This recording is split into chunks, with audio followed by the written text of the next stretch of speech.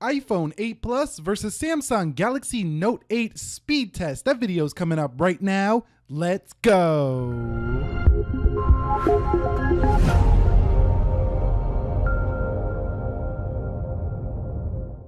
So what is up, guys? Nick here, helping you to master your technology, and welcome to the iPhone 8 Plus versus the Galaxy Note 8 speed test. Now I do have these guys in cases because these are both $1,000 phones. I want to scratch them here because I'd be slamming them on the table here. But let's go ahead and boot these guys up in 3, 2, 1. And let's see which one does boot up first here. So the Note 8 logo is showing first here over the Apple logo. And the Apple does have the A11 Bionic chip. The Samsung Galaxy Note 8 has the Snapdragon 835 with 6 gigs of RAM. We have 3 gigs of RAM here over on the iPhone 8 Plus. And it looks like the iPhone is gonna take this one. So takes down Samsung on the boot up test here, and we're still waiting on Samsung, and there is the Note 8. So a clear win here to the iPhone 8 Plus on the boot up. Okay guys, so let's go ahead and pay attention to the battery life here in this video so we can see how much it does drain throughout it. So here I have 95% on the iPhone 8 Plus to begin here, and over here on the Note 8, we do have 85%. This should be a good tail sign of, how good the battery life does perform in heavy use, because when we're testing all this stuff, it does kind of use a lot of battery life. Okay guys, so I do like to begin my speed test on the lock screens just to see how fast they respond to the power button. So let's do this at the same time in 3, 2, 1. And you can see it looks like the iPhone 8 Plus responds just a little bit quicker. Let's do this again in 3, 2, and 1. And you can see once again, it just looks like the iPhone 8 Plus responds just a little bit quicker. But one thing I want to mention, I mentioned this in all my videos where we're talking about an iPhone versus an Android, specifically the Samsung Androids, is that when you are on the home screen here on the lock screen, you can always just hit the fingerprint scanner here on a Samsung and go right in. On the iPhone, you actually have to unlock the screen. Now, if you do have raise to wake on, this is kind of irrelevant, but not everybody uses raise to wake. But whereas on a Samsung, you can always just hit the fingerprint scanner and go in. So with that being said, let's go ahead and do a fingerprint scanner test on the lock screen to see which one is quicker. So we're gonna boot these up at the same time in 3, 2, and 1. And it looks like the iPhone had the jump, but the animation slowed it down a little bit, so maybe to the Note 8. Let's do this one more time. And if I'm missing anything, you guys let me know down below in the comments. So it looks like the iPhone 8 Plus might be a little bit faster to actually get in, but the Note 8's animation making it faster. So this one's pretty much a draw in my eye here. Now I do want to mention that the iPhone 8's setup process for the fingerprint scanner is much faster than the Note 8. This is so refined when you do a fingerprint scanner, even better than on the 7 Plus. So very good fingerprint scanner here for the 8 Plus, the best Touch ID ever on an iPhone. The Samsung has an awkward location. It is very fast though, and it does set up, pretty decently, but the setup process can sometimes be a pain because it's just not very accurate to go ahead and set it up here on this awkward corner. So overall, I would say in terms of speed, they're about the same. iPhone just feels a little bit better, a little bit more refined. Okay guys, so this is running iOS 11 15A372. We're running Android 7.1.1 Nougat here on the Note 8, and just generally going through the user interface. Both are very smooth. I think the Note 8 might be a little bit smoother right now. This first version of iOS 11 has been pretty choppy in my experience on the iPhone. The iPhone 8's running it better than a lot of the iPhones, but overall there's been a little bit of chop here. So I think the Note 8's slightly smoother on its home screens. That doesn't make it faster, but it feels a little bit smoother on its home screens in my experience so far. But this is just my experience here. Okay guys, so let's get on to the application speed test now. So I'm gonna close out everything there on the iPhone 8. You can see no recently used apps here for the Note 8. And we're gonna go ahead and run this application speed test now. So let's begin with calendar on both devices in 3, 2, 1. And you can see that looks like it was a little faster for the iPhone 8 Plus. Let's go ahead and go into the clock now in 3, 2, and 1. And that looked a little bit faster on the Note 8. Now the Note 8 does have 1x animations across the board here. Let's go ahead and go into calculator on both in 3, 2, 1. And that one looked about even. Let me know down below in the comments on the calculator. So what about settings? 3, 2, and 1. And you can see the iPhone 8 Plus clearly on that one. Coming home, let's go ahead and go into the phone dialers in 3, 2, 1. And you can see that looked like clearly the iPhone 8 in my experience there, are what I seen in my visual field. So let's go ahead and go into the camera. And you can see it looks like the iPhone 8 was slightly ahead again. Now in terms of taking pictures, The iPhone 8 might be slightly faster in terms of taking the picture as well. So what about Pinterest here? So Pinterest loads first there for the Note 8. So the Note 8 gets a win there on Pinterest. Let's go ahead and go into YouTube here. And you could see YouTube is first there for the iPhone 8 Plus. So coming home here, let's go ahead and go into Instagram. And you could see Instagram loads first there on the Note 8. That looked faster on the Note 8 in my eye. So Twitter is gonna load faster on the Note 8. I know it because Android always has a better Twitter app. So you can see Twitter is ready to go, then the iPhone 8 Plus. That has to do with the Twitter app. I don't know why, it's just not as optimized on iOS. So let's go ahead and go into Snapchat. And you can see Snapchat is actually faster on the Note 8, but we all know it's a better running application on the iPhone 8 Plus. So they're kind of trading blows here in terms of speed. Overall, I think the 8 Plus might be a little bit faster though. So here's where I think the iPhone 8 Plus is going to destroy the Note 8, and that's in gaming. So let's go ahead and go into Jetpack Joyride. And you can see the little pop-up notification to still handily beat the Note 8, which it does. So easily beats the Note 8 on a casual game. So let's go ahead and go into the Play Store and the App Store. Let me go ahead and put that back in portrait mode. Let's go ahead and go into Play Store and the App Store. And you can see the App Store was actually ahead here. That's kind of surprising because Play Store usually in my testing always loads first over the App Store. I'm gonna do that one again here, Play Store, App Store. And yeah, the App Store was first there. So they've improved the App Store quite a bit. Definitely a nicer look as well. So what about Amazon Shopping? And let's see, I see the iPhone 8 Plus winning that one. Let's go ahead and go into the real boxing. So I do have real boxing on both of these in 3, 2, 1. And you can see way ahead here on the iPhone. We're already in the game. We're still waiting on the Note 8. So an easy win for the iPhone 8 Plus here. Easy win. So sorry, Note 8, you're not winning there when it comes to speed.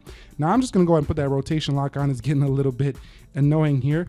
But there's one thing I do want to mention about the Note 8. Just because you don't get as fast of an experience as the iPhone 8 Plus, you get a more immersive experience. So you got to decide, do you want speed or do you want this immersive experience? Because you get an all-screen display here. On the iPhone 8 Plus, you might get faster speeds, a little bit better optimized, and you do have the benefit of having like bezels here to hold on to when you are gaming. But both are going to give you a fantastic gaming experience, a little bit faster on the iPhone 8 Plus, a better experience in terms of my opinion when it comes to immersion on the Note 8. So it really comes down to your personal preference. So what about No Limits, Need for Speed? And there's a more graphically intensive game here on both devices. That's why I downloaded this one to see this true power of their GPUs. So Apple designed GPU on the 8 Plus looks to be ahead of the Note 8. And we're still waiting on the Note 8. And there's the iPhone 8 Plus. So as it is every year, it seems like the iPhone 8 Plus is the champ in speed once again, as it pretty much does every year. But I really, in my experience, I really don't think that speed is the only factor these days.